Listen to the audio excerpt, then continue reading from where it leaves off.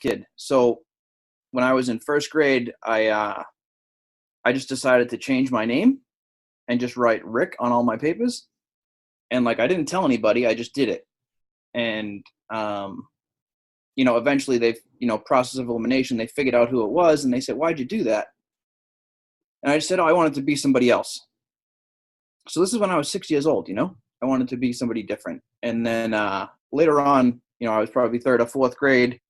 I'd always do something to hurt myself or fake hurt myself. I'd come into school with like an ace bandage on my wrist, or I'd like smash my face off something so I'd have a black eye, so like you'd pay attention to me.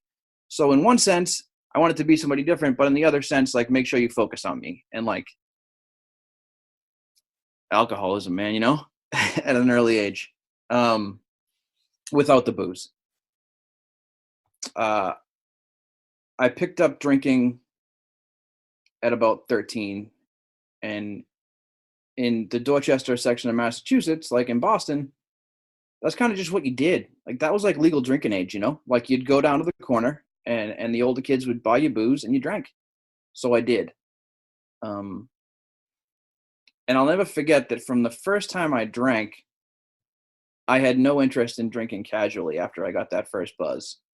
I knew exactly what I wanted to do every time I drank, and that was get as messed up as possible, as fast as possible.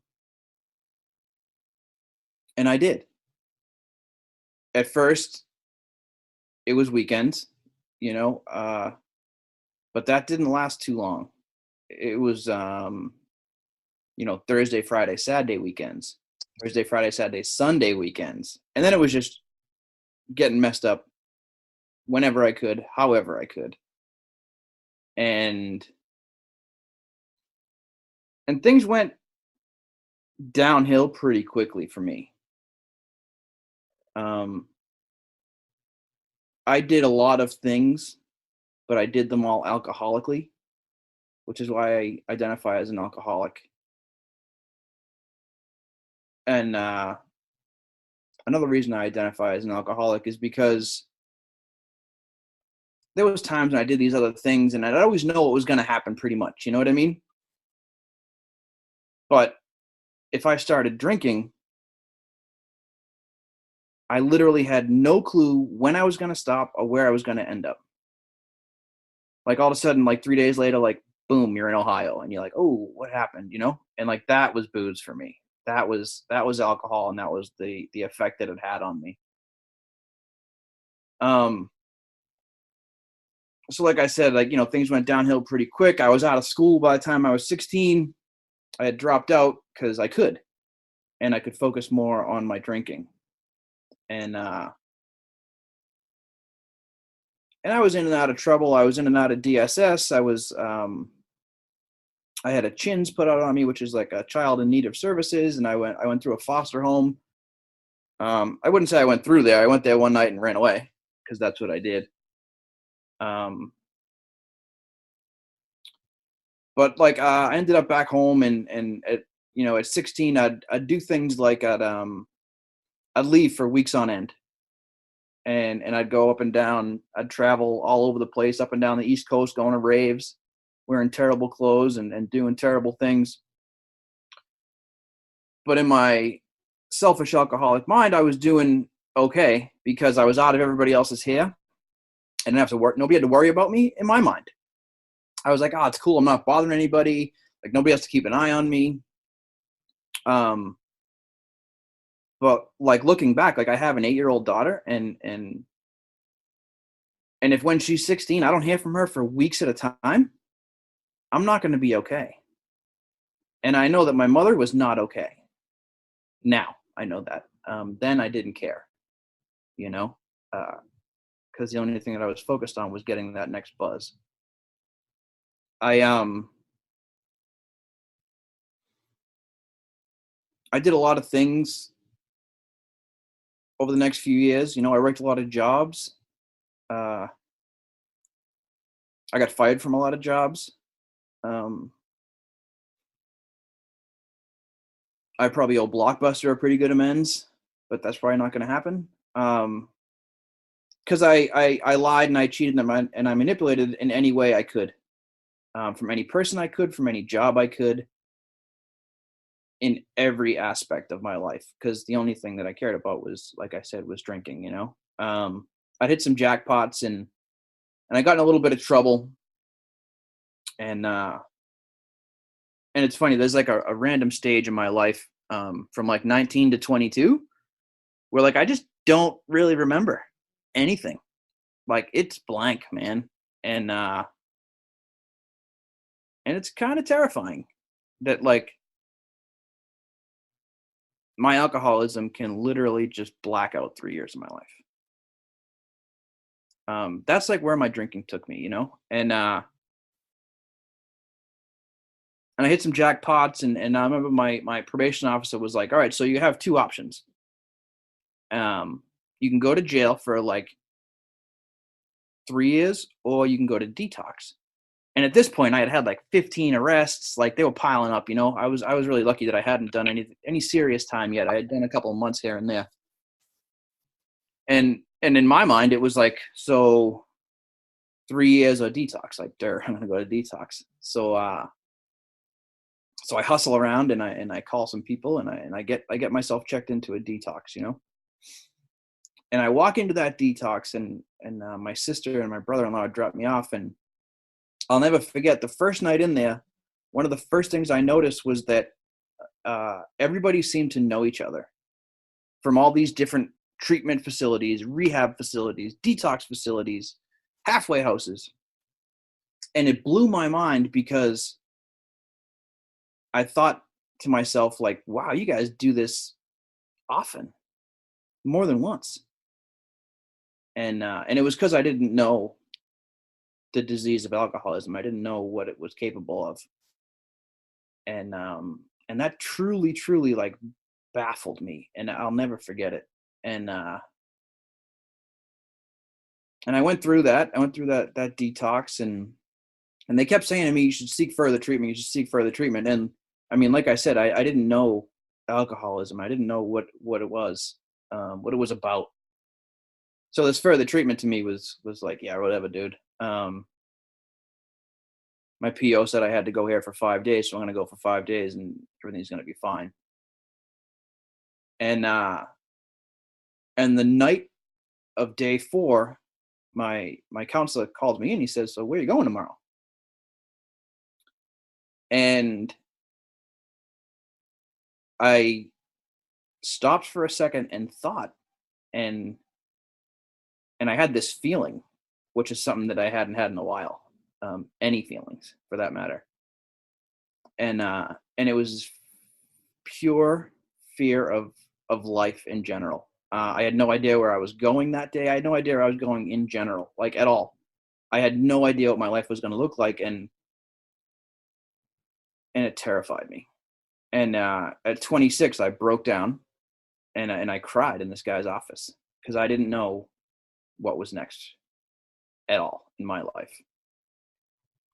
I ended up getting out the next day, and I had nowhere to go because I had burned every single solitary bridge possible. Family didn't want me. Friends didn't want me. I had nothing. I didn't have many friends at the time because, alcohol. But I called my sister, and I got to go there for a night. And then she's like, you got to find somewhere else. And I reached out to this guy I know, and he had gotten sober a couple years before I did. I used to hang out with him, and I used to get banged up with him. And I told him I needed help. And he said, okay, man, come stay with me. We'll figure it out. So I went over there, and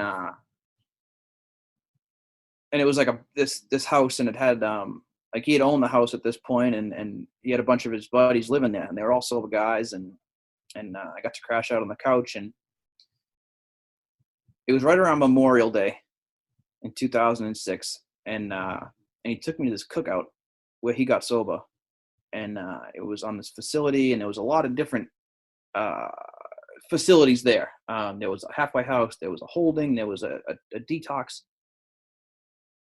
and they were having a big Memorial Day cookout. So I went there, and I'll never forget, I was like sick. I was still kind of like detoxing. I had like this nice gray skin tone going on. I had a lot of hair at the time. and it was hot. And it was like they were doing all these activities and sports, and I wanted nothing to do with it. You know, I was like still shaking and like physically sick. But I'll never forget because I saw people actually enjoying themselves in sobriety. And I didn't know that to be a thing. I didn't know that to be possible. I didn't know that all these people used to use the way I used to use, and they were actually having fun not doing that. And it caught my attention. Um, and I left there that day, and you know, ended up hanging out with him for a few more days, and he got me into that further treatment that I should have went to, and uh, and it was a terrible facility, and it was like a state-run place, and all they had was a bed. Pretty much how I looked at it, it was somewhere to sleep and a roof over my head, and that was all they pretty much offered. They had meetings come in, commitments, as we call them in Boston. I know nobody else does, but there was groups that came in like it was supposed to be every day. It just didn't work out that way. So a couple times a week, this AA group would come in, and I'd sit there and I'd listen, and I didn't get much out of it. But I got a little bit here and there, you know, and then I went to a halfway house, and I went downtown, and I was in this area called Back Bay, which is a really nice part of Boston. And in my mind, I was like, oh, cool, I'm in Back Bay. I'm in like $1 million house. I made it, you know. Um, I hadn't really made it. I was still, you know, pretty much homeless and jobless, but but my location said I was doing really well. So the house was very interesting in the fact that there was low rules. You got to do kind of what you wanted to do, and they gave you, as they say, enough rope to hang yourself. So it was up to you if you were going to do good or do bad. And um, there was very much so like a jailhouse mentality at this place, institutionalized mentality. There was like 80 guys at a time at this place, and I don't really love people that much, and so living with 80 guys is tough, especially when they all have that mentality. So there was a lot of arguments and a lot of fights, and it was just very interesting. I'll never forget one time I came home, my roommate said, I need you to help me with something. And I was like, all right, man, cool. What do you got? He goes, I need you to help me bag up these drugs. And I said, well, there's two reasons we're not going to do that. One, we're at a halfway house. And two is that I've never done anything that small, so I don't know what it looks like. And and I was like, but I'm going to get a different roommate. And like that was pretty much my experience at that house. It was a lot of questionable situations, and there was very few guys that actually wanted to do the right thing. Luckily, I had that one guy that helped me get into further treatment. I had stayed in contact with him, and those guys would come and they'd pick me up from the house and they'd bring me to meetings, and they'd buy me cigarettes, and they'd buy me coffee and shitty diner food, and I got to see the Fellowship of AA, and I'll be forever grateful for that. Um, because that was all I did for a long time. You know, I graduated that house, I got a job, I started doing life. Um, my family wanted to talk to me again, so that was pretty cool. And and they say that people like enable you when you're using. I think people enable you when you get sober too, to an extent. And I got that. I got enabled because I was clean and I was, you know, participating in life. I had a job and I looked responsible. But the reality was, I didn't do anything in AA for a long time.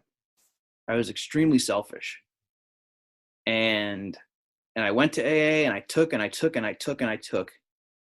And I got a home group because you guys told me to. And I wanted to be the good AA. And I got a sponsor because you guys told me to. And because I wanted to be the good AA, you know? And I had no interest in that book that you guys had, because I had trouble with God at that point. I grew up Catholic in the Catholic Church, and I just wasn't feeling it, you know. And if you told me about God, I'd tell you exactly where to put that opinion. Um, and I rolled like that for a long time through AA. You know, I'd ask my sponsor. I'd use my sponsor for like money and like girl advice, and that was it. Um, I got 5 minutes. So there came a point in my sobriety. I was about 4 years sober, and life really started to happen. I had a kid on the way, and things had to change. And I called this guy who I knew, who wouldn't put up with my crap, I guess. And and I was in some pain. Like I said, I knew things were bad, and I knew I wasn't doing what I should be doing. And I called him up. I said, "Hey man, can we I need you to sponsor me." And he goes, "Okay." He's like, "Call me tomorrow. I'll come by tomorrow." So I went by, and he said, "So if I'm going to sponsor you, I'm going to do one thing, and that's take you through the book of Alcoholics Anonymous. And I'm not going to lend you money. I'm not going to hear about your girl problems." And and that's what we did, man. We did that every Tuesday night at 6 o'clock. I'd come to his house. I'd sit on his 3 season porch, and we would go through the book of Alcoholics Anonymous, you know, and the first 164, like it's laid out. And